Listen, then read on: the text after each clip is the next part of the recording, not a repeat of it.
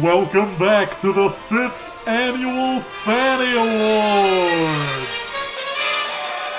Hey, it's Andrew Fantasia. Welcome back to day 4 of the 5th annual FANNIE Awards. We're talking 2019, we're talking movies. What were the best of the best of the best? What were my top 10? Who's walking away with awards today? Why am I wasting time? You know this by now. Let's dive right into it. Today we're talking about my number 7 film of the year, and we're giving out the award for best action/fight scene. So, number 7. This is a film that really took a chance just by existing. And after it existed, I was happy it existed. Even though beforehand, I wasn't looking forward to it existing. That's a weird, ambly way to introduce a film, but it kind of needs to be said because my number 7 film of the year was, drumroll please, Toy Story 4. If I was to ask you to hold your breath underwater for 4.5 hours or lift the Rock of Gibraltar with one arm, you would tell me that those are impossible tasks, and you would not be wrong. That is the level of task that Toy Story 4 had in front of it the minute people decided it was going to exist. Folks, I can't stress enough how hard it is to have a franchise in cinema that starts off really strong and then just keeps getting better as it goes on. Toy Story was one of those franchises. Toy Story 1, fantastic. Toy Story 2, even more fantastic. Toy Story 3, still to this day, best animated motion picture ever made as far as this guy's concerned. Not only that, but it was an absolutely perfect ending to a story. It was bookended, it had all the right beats emotionally and technically. It was just chef kiss exquisite. Toy Story 3 is a giant. Toy Story 4 had to fill in those giant shoes. And you know what? I'm going to be 100% honest with you. It didn't. Like I said, Toy Story was one of those franchises that just kept getting better with every movie. Toy Story 4 was a step backwards. Now, Andrew, you handsome devil, you're probably saying, why is the movie making your list? You didn't compliment it just now. Here's the thing, guys. We, as lovers of art, are never going to get anywhere if we are constantly holding something in high regard and refusing to let anything try to top it. You want to know why there are so many angry, bitter Star Wars fans out there? Is because these angry, bitter people walk into a new Star Wars movie already refusing to let anything in their minds be better than Empire Strikes Back. That type of person is never going to be satisfied because they don't want to be satisfied. I wanted Toy Story 4 to be better than Toy Story 3, and it wasn't. But I will be the first to acknowledge that they did a damn good job of trying, and a much better job than I ever could have. And I think the recipe for this movie's success lies with 2 factors. It lies with the addition of the character Forky and what he means for the Toy Story universe as a whole, and the final arc for Woody, our hero that we've been following since 1995. Oh my God, we're old! To me, if the ending of Toy Story 3, if the separation of the toys from Andy symbolizes the end of their life, if it symbolizes their death or what have you, Toy Story 4 symbolizes the afterlife in which your soul is, put through its paces and various tests in order to learn from their experiences, let go, remember, and move on. And that is exactly what Woody had to go through. Yes, he's with a new kid now. He's with Bonnie, but Bonnie's a very different kid from Andy. She even plays with her toys differently than Andy played with his toys. And Woody is doing what some of these angry movie fans tend to do. He's constantly comparing her to Andy and constantly saying, yeah, Bonnie's great, but Andy, you had this and Andy had that. And what Woody had to learn was Andy's over. You can always remember and love Andy. Nobody is stopping you from doing this. But Andy is over. This is what's in front of you right now.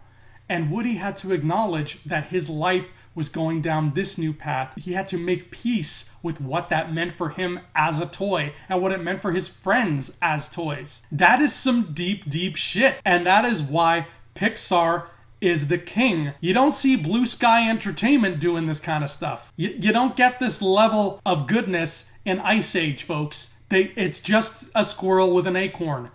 That's it. Toy Story as a trilogy worked excellently, almost perfectly. Toy Story 4 works not as much as a fourth chapter, to me at least. It works as a coda, as the epilogue of afterlife that teaches Woody to remember, to let go, and to move on. But it does this in a purely wonderful, genuine, entertaining way that Pixar has been known for. It also does this by really digging deep into the lore of Toy Story and explaining things that most movies don't bother explaining. Hey, why was there no Bo Peep in Toy Story 3? Here's your answer. Here's a flashback. Hey, what happened to this character? Here's your answer. Hey, how did these characters feel about what happened at the end of part 3 or part 2? Here's your answer. There's just more Toy Story lore ingrained in this. And let me tell you something. Toy Story lore is the operative word here. Hear me out. I am perfectly happy with this movie being the end of Woody, Buzz, Jessie, Bo Peep, Rex, the Etch-a-Sketch, and the rest.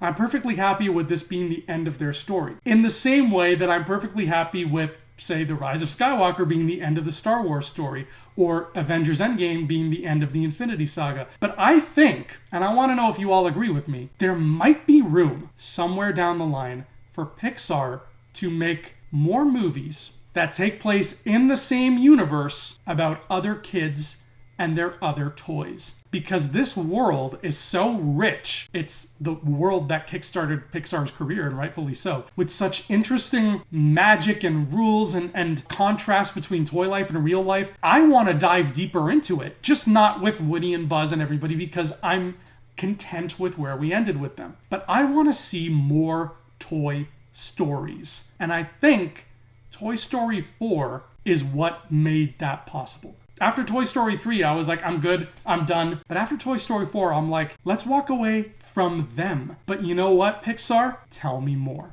So that's not necessarily lifting the Rock of Gibraltar, and it's not necessarily holding your breath underwater for 4.5 hours. You did not surpass Toy Story 3 in terms of quality for me. And that's okay. But damn, did you ever make a great epilogue and you got my mind thinking about things it wasn't thinking about before. That is frickin' accomplishment. So Toy Story 4, my 7th favorite film of 2019. It is a spot on the list that was well deserved. But now it's time to put our toys away and talk like grown-ups. And how do grown-ups talk? Not with their words, but with their fists and with various implements of destruction. It's time to give out the award for the best action/fight scene. And the nominees are The Final Battle from Avengers Endgame, Hellboy vs. the Giants from Hellboy, the Weapon Shop fight from John Wick Chapter 3 Parabellum, Cliff Booth vs. the Hippies from Once Upon a Time in Hollywood,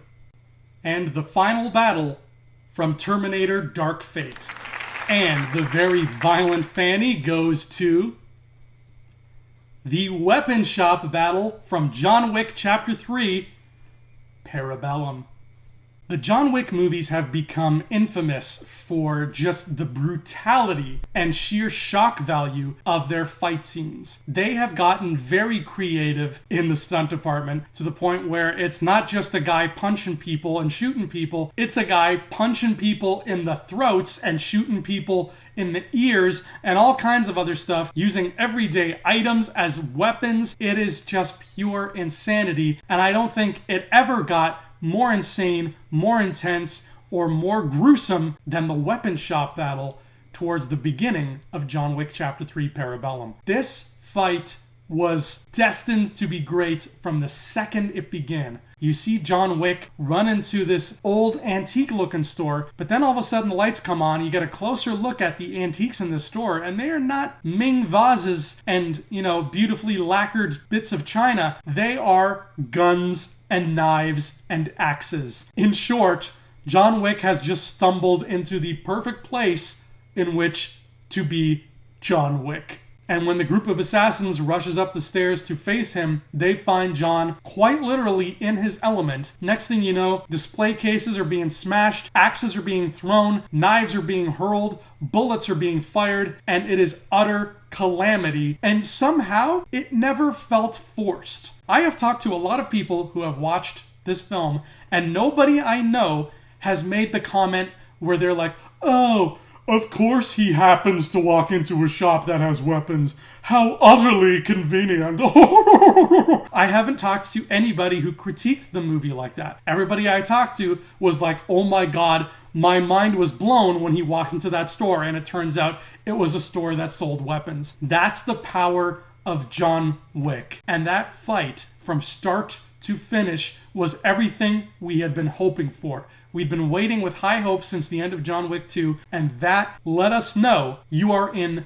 for a hell of a ride. It's not the first fight of the movie. The first fight of the movie takes place in a library, and it's also great, but that serves as an appetizer. This is your first of many, many entrees, and my god, is it ever delicious. Axes are thrown from the background to the foreground. Knives are hurled and then caught and then hurled back. And worst of all, at least for me, a blade inches closer and closer to a dude's eye until it is too close and the dude is now short one eye. Ouch. This is a fight that needs to be seen to be believed. It is everything that John Wick fans love and then some. If somebody had no idea what the John Wick franchise was about, all you would have to do is show them this scene and they'd be like, I have no idea why these men are fighting, but I'm in. It is stunt work and weapon work firing on all kinds of sexy cylinders,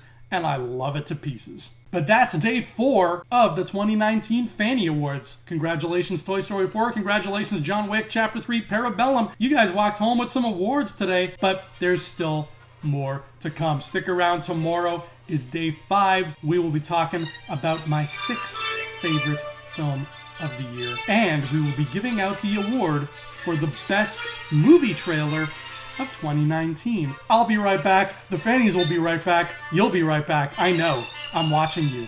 I've got cameras in your house, and there's nothing you can do about it. By the way, that blue underwear looks great on you. See you tomorrow, Fannie friends. The awards will continue.